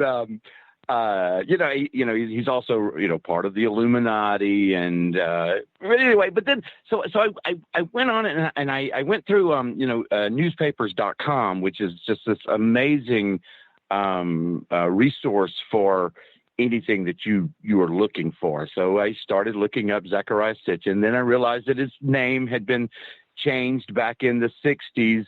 It was, the spelling. So once I got the correct spelling, prior to his naturalization in the U.S., then I started finding some really neat things. And so I decided, you know what, I'm going to put this together in a documentary, because I love in my past, it's always been about telling stories of people. I love people, and especially people who can alter, your way of thinking. So I just started putting everything together and just aggregating all of my data and putting everything, chronologically. And next thing you know, I've got enough information for a feature-length documentary. And it's just on the man himself, not his theories and ideals and things like that. It's just about the man. And somewhere along the line, Eric came across my name and reached out to me and said, hey, you're a filmmaker. You knew that. Would you help me? And I just said, you bet I would. This needs to be made, and I know a lot of people who knew Sitchin personally, as both of you did, Janet and Sasha. So I just volunteered to do whatever I could, and Eric asked me if I'd be something like supervising producer or something like that. So he runs things by me and asks me questions and asks me for notes and phone numbers and contacts and reviews and letters and whatever I can dig up. And it's just been a real pleasure to help Eric. I'll do whatever I can to help him, because I think the world should know about Zecharia, who he was and how he thought and what motivated him and how he asked the questions he asked and what conclusions he came to. That's right. And you have to reinforce that. Oh, I'm sorry. Yeah. I'm sorry. I was going to say, so Jen, you knew Sitchin. You lived within driving distance. We were over here in Maui, but you have, had a lot of conversations over the years, Zecharia. Oh, and yeah. So what I was very curious. Yeah, go ahead. You go ahead and ask. I'm sorry. I'm jumping in. Well, I was just going to say, I wondered how Zecharia became a shape-shifting lizard person. It was just because I never saw him do that. He seemed pretty human to me, and I bet at some of the rituals, and he was not there. No, not at mine. Okay, go ahead. I ran across. So of course, where the whole reptilian shape-shifting thing came from, because it had to come from none other than David Icke. And David Icke interviewed a woman who was her parents had put her in an organization that was, part of the Illuminati, where the reptilians live. And her name, and I can't find a lot on her. Her name's Arizona Wilder. And she talks all about, there's this guy, and he was very, very powerful. And yes, I've seen him turn into, a lizard. And I did ask Janet Sitchin if she had ever seen him do that. And she laughed and said, of course I did. He did it all the time. Right. Well, yeah, I would see him change his mind. Go ahead, Jennifer. Sorry. I would see Zecharia change his mind. And, sometimes I wanted to just take his shoulders and shake him and say, Zach, you're in your own way. I would call him a curmudgeon. I never saw him shapeshift into a lizard, but I would see him get, tongue-tied and confused and frustrated, or just, I would say more easily he would get offended if he didn't understand a process of something going on. Like if I was helping him run an event, or I was videotaping him, or I was setting up a lecture for him or something, and he didn't like one detail, he would run around in circles on that one detail, and just you had to do it Zach's way, even if it was 100 more steps involved. You had to do it the way he wanted to, or otherwise you faced his wrath, and that was frustrating for me. So I would say he would shape shift then, but that's about it. I mean, I loved him, but I wished he would have let me help him do things more. Yeah. He so what do you do with that material, Eric? So apparently David Icke heard the story and he goes, yeah, that's true. But what do you do as a journalist? Not just accept it. I mean, because people have enemies in their lives, and there's always perspective as well. How do you get down to a plausible truth? Something that makes sense. Well, and that's one of the interesting parts of this thing, because I have gone back and forth. How do I present this in a way that is going to inform and entertain everyone that's watching? So you put forth the whole, this proposition that, yes, is he part of the Illuminati? Is he this? Is he that? And it was interesting. I was having lunch in Nashville, Tennessee, a few months back with William Henry from Ancient Aliens. And, and he said, I really think you need to have like a subtitle under the under the Sitchin Chronicles, and it could be, there's like man. Let's see, what was it he put? He was Sitchin Chronicles, author, businessman, spy. And he said, if you kind of frame it up that way, because what you want to do, you want to present all of those different conspiracy theories out there.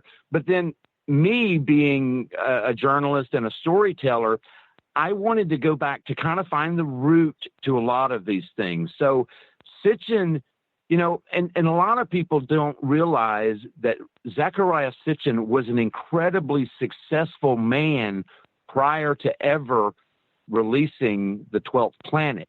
He was so high up in the Zionist organization. He was sponsored by the organization, and he eventually became the director of the Israeli Chamber of Commerce, or the Israel Chamber of Commerce. And the reason that he came to the United States is that he founded the Israel American Chamber of Commerce. So in the mid 50s, all the way up to the 70s, he was responsible for all of the commerce between Israel and the United States, and even other countries after that. It was a multi-million-dollar organization, and that helped, to fund the state of Israel to make it part of what it is today. It was and another wonderful thing, and I'll tell you this great little thing that I ran across. There was a spread in Life magazine in 1964. Sitchin was the director of the Israel American display at the 1964 World's Fair in New York. And they had all of these artifacts and things like that from Israel. And Sitchin, he was a soldier in the Israeli army. He was a soldier in the British army. But Sitchin fought very hard for, by being a journalist, by writing just the right things. I'll just leave it at that. That helped Israel become a state. He was extremely important. Even being friends with Ben Gurion and that whole Zionist movement. But what he did was, next door to the Israel pavilion was the Palestinian pavilion, and they put up a picture of I think it was a dying child, I think, on the wall. It was a mural. And it might have been Yasser. What it was to show that how the Arabs had that the Israelis had killed children and women, and it was just a slur. It was just a kick in the face. So Sitchin, being Sitchin, the old Kurd Munjin, I guess he was young at that time. I can't say that word, but he decided to take there was a mortar called I think it was called the David, and it was very famous for being able to shoot across the lines. And he took one from the war and pointed it at the Palestinian pavilion. So there's a whole centerfold in Life magazine showing a picture of it, and Sitchin would not put up. He just didn't put up with any of that stuff. He was very loyal to Israel. Even the last thing he did, the group that honored him and gave him a Lifetime Achievement Award was a group in Washington, D.C., led by a congressman that was a ultra-religious group. I think they were like born-again Christians, but they, would support Israel no matter what. I forget the name of the group that it was, but he did a lecture for them, and it was the last lecture he gave and that was, I think, in 2011, in the spring of 2011, I think, or maybe it was 2010. I don't quite remember, but Yeah, because if it was 11, he would have been a ghost. yeah, he had passed away. That's right. He died in Yeah, 2011. sorry. That was in 2010. But so he really did support Israel. He was a Russian immigrant who his family left Russia and went to Palestine before it became the state of Israel. And then he went to the London School of Economics and ended up in the United States and wanted to do what he could, as many, Russian Jews did, and many people who lived in Palestine and came to the United States, immigrated here. When Israel became a state, they knew how fragile it was, and they wanted to continue to try to do what they could to support it. So, I commend him for that. He really, really was. And and Janet, Janet, I called you Jennifer. Yeah. You said something earlier, about him, how he needed to do things his way. And from what I found in a lot of writings and a lot of the things that he talks about, I think a lot of that had to be that he needed to take full responsibility for everything that he was saying, because he did kind of step out there on a limb, and he didn't want anybody giving their ideas or whatever, because he needed it to just be his, the pure inspiration and research that he had. And I think that he was very accountable for what he did, even though, we know that there were mistakes here and there, but I think he was very accountable for that. I would like to say that when I was with Cody and Robin Johnson in the Prophets conferences, first Zecharia would do things with other people, and then he would have to deal with their other interpretations. And finally, he said to the prophets, "Sure, I'll do a extended training course, and I don't want to have to argue with people. I just want to teach what I have to teach." And and so that was great. He made the right space for himself and his students. It was a good decision. Yeah. You're right. Yeah. That was a real turning point. That's when I met you, Sasha. I was out at Zach Sitchin's first conference in Santa Fe with the Prophets, and that's when he decided to do his own thing after that. Yeah. Jennifer, you tell that story about when Van Doniken's book came out and how tell that, because I think it's fascinating. Yeah, well, just about the time Zach was ready to come out with his first book, which was probably going to have another title. It was essentially the 12th Planet, but it was not as detailed as it was. He was about to publish this, and Eric Von Daniken came onto the scene with Chariots of the Gods, and Zecharia had a temper tantrum. He was like, "Oh, who's this Eric Von Daniken? He's published my book. He jumped me by about 2 weeks or 3 weeks." So Zach refused to let the publisher publish for his first book, and he went back to the drawing board, dug into all of the Hittite and Chaldean and Assyrian and Babylonian history that backed up his view of, the Anunnaki and biblical history. And he wrote this much more elaborate book going into the Sumerian records and how they would predict solar eclipses and comets and all sorts of things, how they were master astronomers, and all the great things that we know, about the Sumerians, how they understood the heliocentric nature of our solar system, that the sun was the center of our solar system, not the planet, not Earth, and everything didn't revolve around the Earth. I mean, there were many, many, many things that Zach went through in great detail and laid out. And, of course, he wrote a much better book than Chariots of the Gods. But he was always on the defense and never wanted to have a conversation or do any kind of debate or be on any kind of podium or even go to a conference where Eric Von Daniken was presenting. It's and he then, would like to. Right, you tell this part, Eric. So and then when George Norrie presented him with the Conscious Life Expo's, what was it, the Person of the Year or something like that, Man of the Year, Lifetime Achievement Award. That's what it was. Von Daniken sent a letter.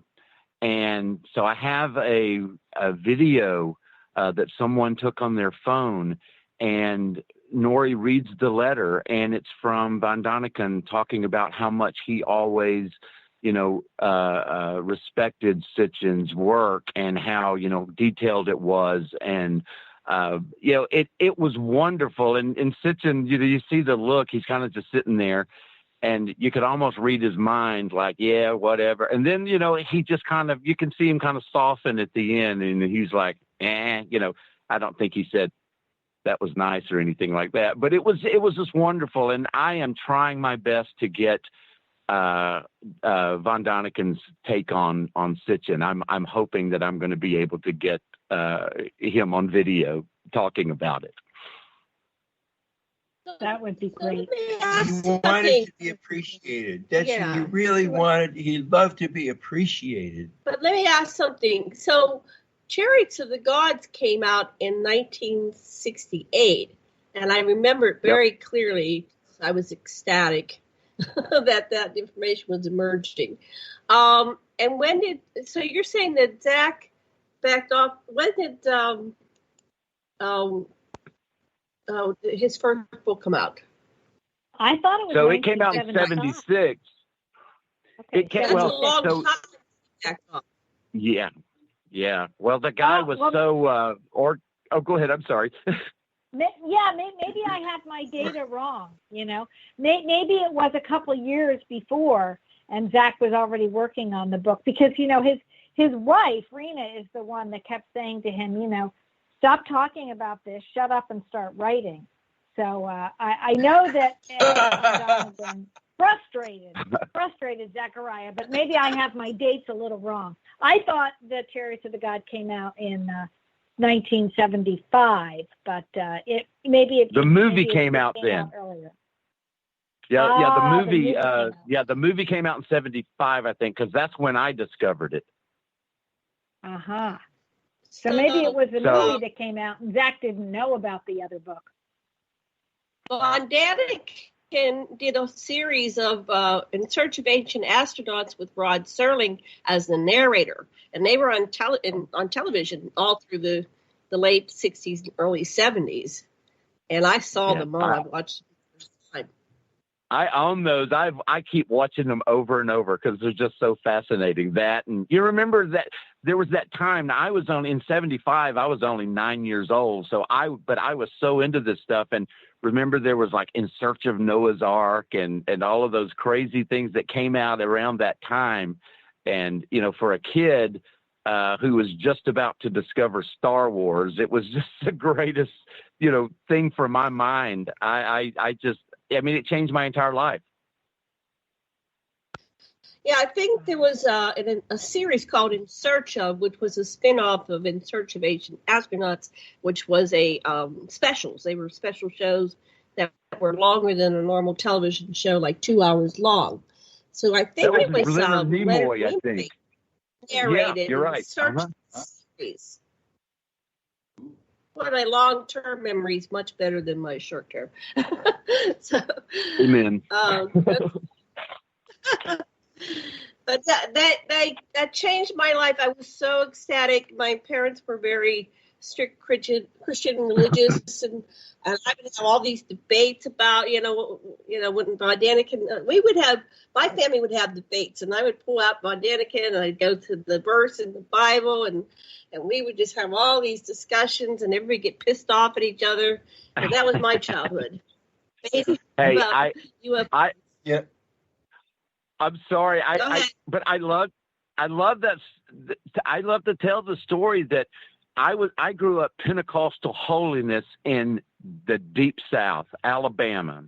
So you can imagine what it was. And I found out about it in church as the preacher was telling the congregation about this, I think they called him a German blasphemer who was saying that God was an alien And I remember the detail, I mean, almost like it was yesterday of them talking about it. And I remember going, I have got to get my hands on this book and or see this movie. And my parents, I begged for the book, and you are not bringing that in our house. And I finally found it in the library when I was a kid. And I'm telling you, it was the greatest thing ever.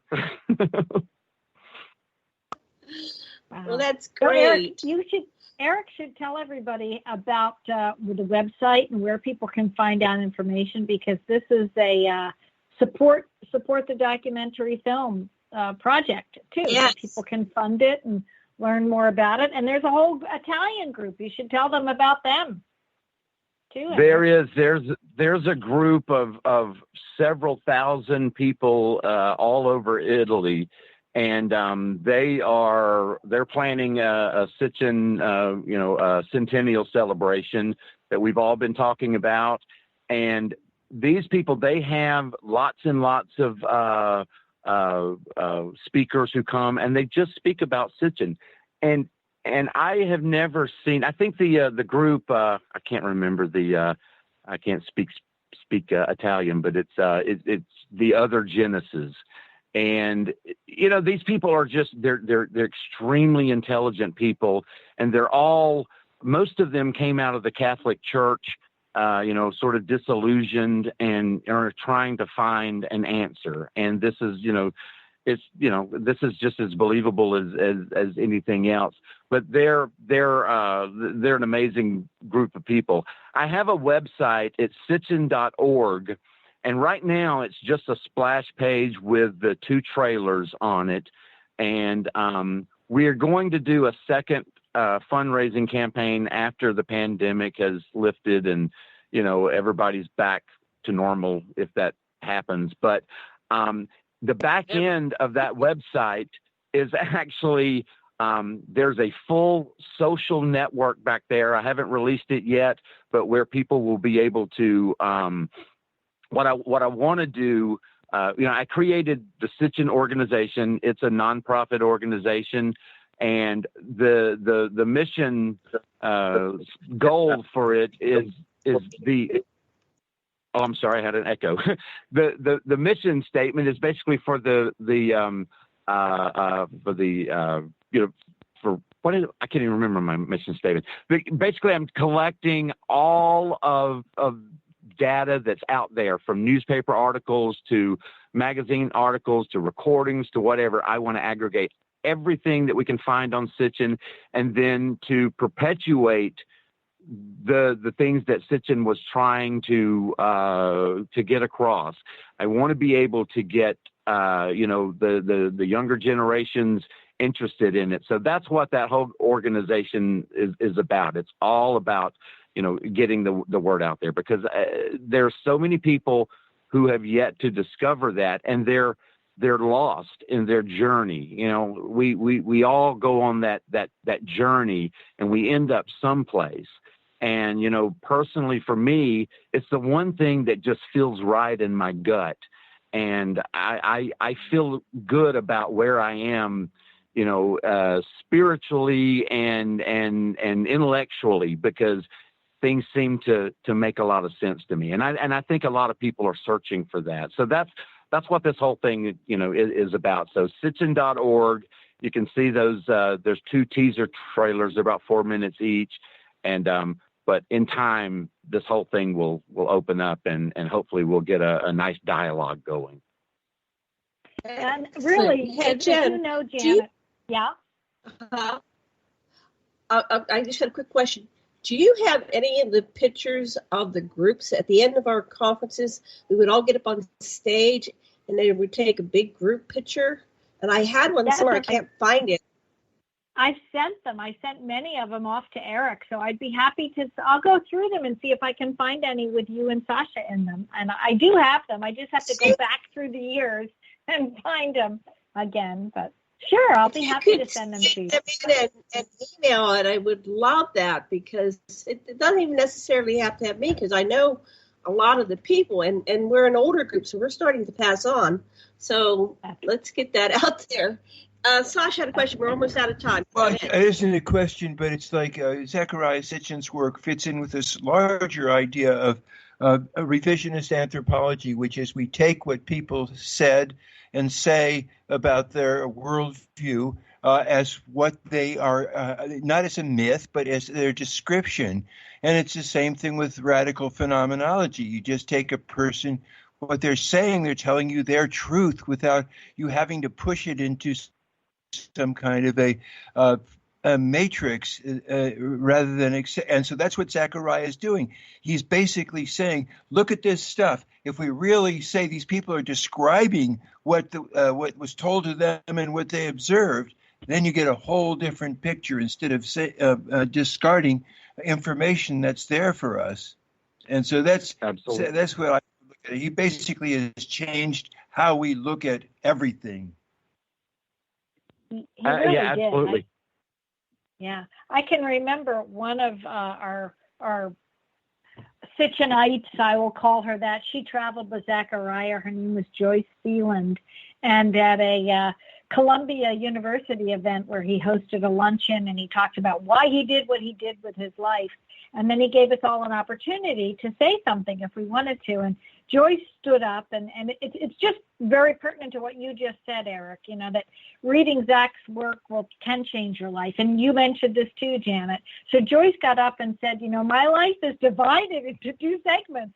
It's before Zecharia and after Zecharia, Yep. And that my life was profoundly changed by reading your work. And I am ever so grateful, not only that you wrote the work you did, but that I've had the opportunity to meet you and travel with you. And she really hoped that the rest of the world would continue to read his work and have the same transformative experiences that she had.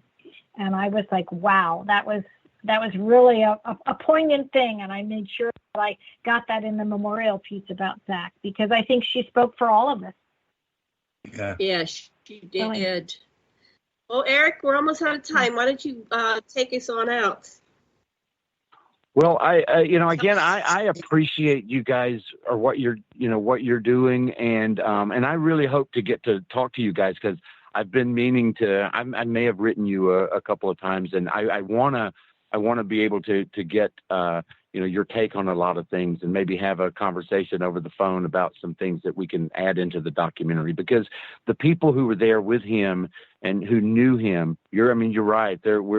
We're seeing them disappear, and I've talked to Amnon a couple of times, and he just turned 90, the same year as the same age as his brother when he passed. So Amnon said, I just don't want to relive a lot of the past. I want to live out the rest of my life and not have to think about a lot of things. So, I hated the fact that we've missed out on that, but he's a wonderful old fella, and I probably aggravated him a lot, but at least I tried. but thank you guys so much for what you're doing, and thank you for having me on the show.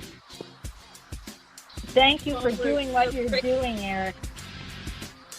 Yeah. I appreciate and Jennifer, you are a walking encyclopedia, and I'm very fortunate to have you. Okay, thank you, Janet.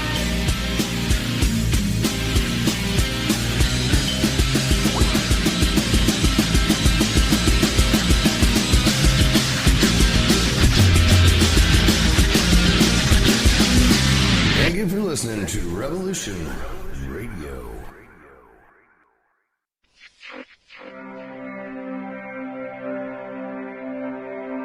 Most guys freeze. That's your cerebral cortex looking for an answer it doesn't have. See? Even your brain knows you're screwed. The body's filling with adrenaline right now, whether you know it or not. Your heart's beating fast.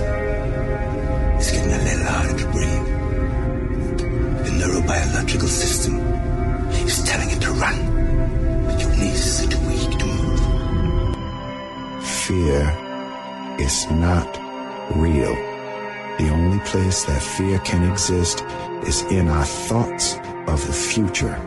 It is a product of our imagination, causing us to fear things that do not at present and may not ever exist. That is near insanity. Do not misunderstand me. Danger is very real, but fear is a choice. We are all telling ourselves a story.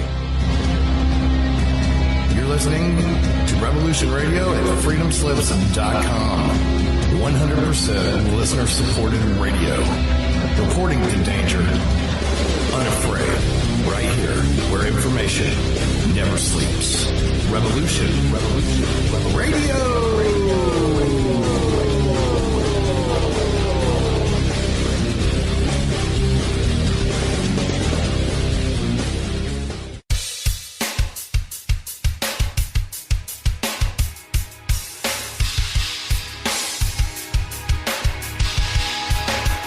Enter into a world unseen on Raven Star's Witching Hour. You will encounter eclectic topics from the realm of spirit brought into our matrix of truth. With your host, the Solaris Blue Ravens.